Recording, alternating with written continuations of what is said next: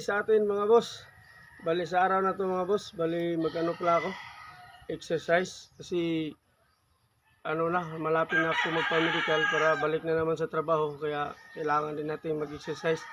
Tulad ng manok, bago natin ilaban, tayo rin na maghanap buhay, maghanap trabaho. Kailangan din bago tayo magsasalang sa medical, kailangan din natin mag-exercise ng todo. Para naman ano yung katawan natin.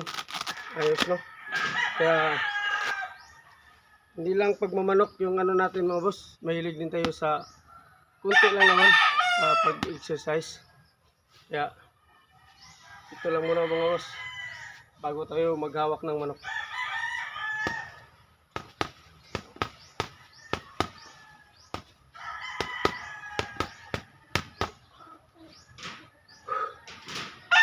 So, yan na mga boss. Bago ang lahat, mag-ano ako, concentrate sa pag-exercise. Bali, hawakan ko yung manok ko na pinakamatanda.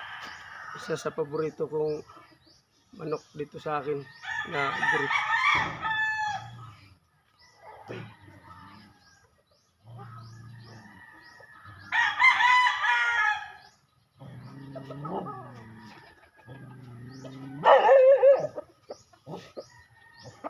Tingnan nyo mga boss, ito yung gray ko na pinakamatanda kong manok na gray. Sayang na lugon siya, yung pakpak niya ano. Tapos yan, kaya hindi ko to gaanong naparami dahil nga palagi na lang maglugon tuwing uuwi ako. Kaya ito yun siya.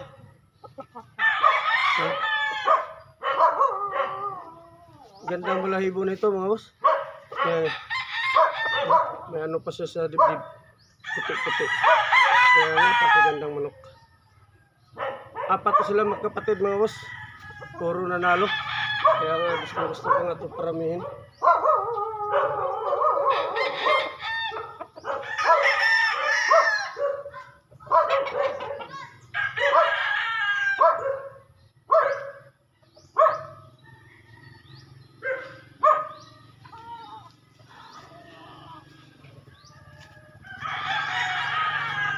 Kaya dito lang tayo mga boss, ikot-ikot.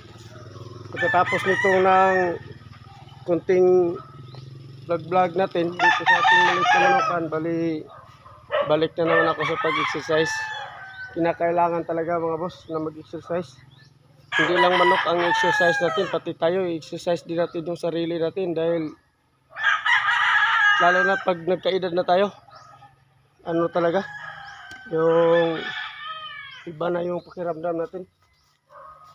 Ito yung ano, isa sa pinarami namin. Yun nga, yung sabi ko sa inyo, itong black na white-legged, itong breed ka kami. Yan, ito yung sa taon na to, sa breeding season, ito yung isa sa pinaplano namin na paramihin namin ng todo. Itong black. Yan. Kaya sana makaabot siya dahil naglugon din siya eh. Makaabot siya sa ano, breeding season. Yung uso. Puti-puti yung tiil. Dito lang naman tayo sa maliit nating manukan, pikot-pikot dahil kunti lang naman yung manok natin. Kaya dito lang talaga, pikot-pikot. Ayan. Ayan mga boss, yung isa sa broodcock namin din na paramihin, pero hindi pa ito namin napalahi, no? Ayan. So yung stag, yun na yung mga stag mga boss.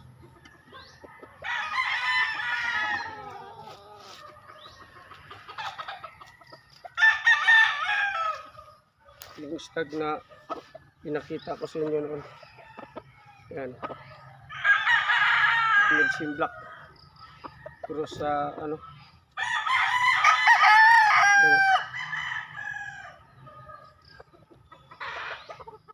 batang bata pa. Kaya magamit to sa ano pa, sa susunod pa to magamit.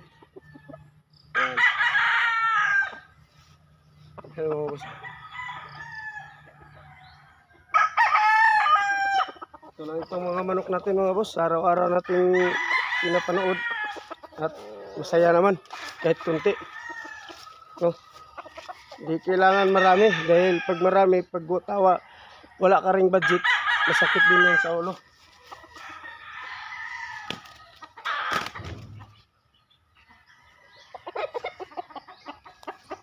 Ito pala yung manok ko na nabili na white chocolate.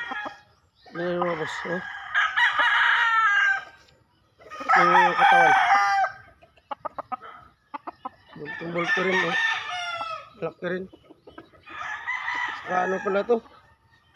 May ano rin to. May wing band din. Ano? Yan. Si ano to? Yung may-ari kasi nito. Nagbe-breeding din kaya pinaano nila, pinabanded. Pero sa tupada lang ito natin ilaban dahil medyo para naman ano, kahit pa paano may chance tayong manalo. Kaya lang mga boss, oh. White chocolate. Nagustuhan nyo rin ba yung ganitong kulay mga boss? Yan. White ligid siya. Ayos naman yung ano. Huwag mo ng paa. Sweetness it.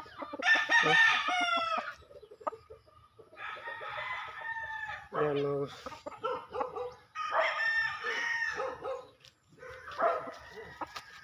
Tapos ito rin yung isa sa nabili natin na black. Ayan. Black siya.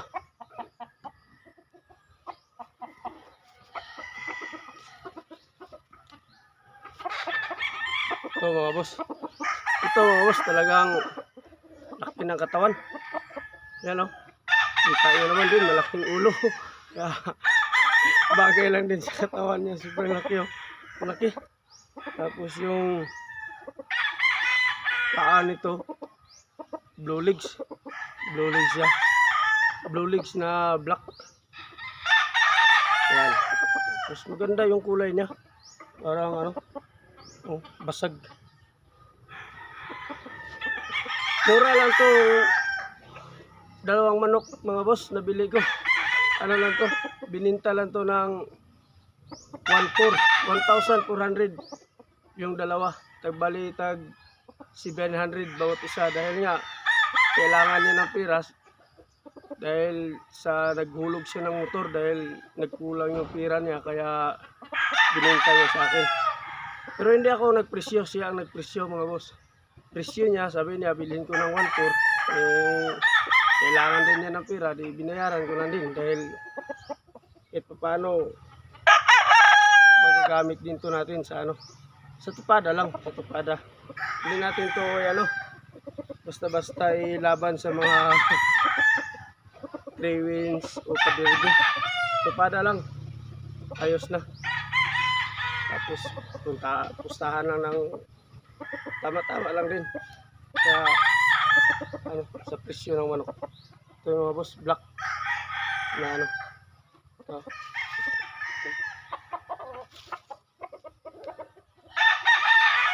Ayan. Oh. Tingnan nyo naman mga boss. Oh. Sa kurmahan.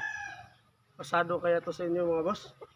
Sa akin, pasado na dahil mura lang din naman. Hindi naman gaanong kamahal yung pagbili ko sa kanya. Ano?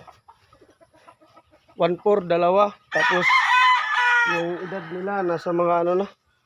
Siguro nasa mga tag 11 months. Kaya okay na rin. So, hanggang dito lang muna ako mga boss. Aking munting pagbibideo sa araw-araw. Patuloy muna ako sa aking exercise dahil kinakailangan talaga mga boss. Pag gusto natin maghanap buhay, kailangan din natin palakasin yung resistensya ng katawan natin dahil para naman kahit paano pag i-medical tayo, para makabalik sa trabaho.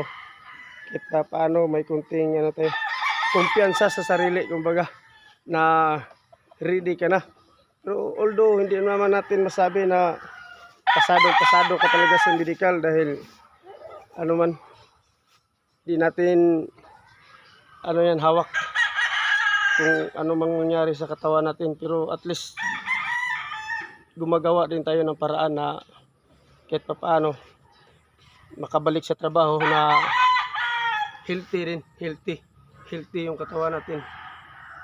At tulad nga sa ating pag-alaga ng manok, hindi lang manok yung dapat healthy, pati tayo. Si idol natin, si Bibo Enriquez, talagang kahit may edad na, todo nga exercise para kahit paano malakas pa rin at masigla tulad ng ating mga manok.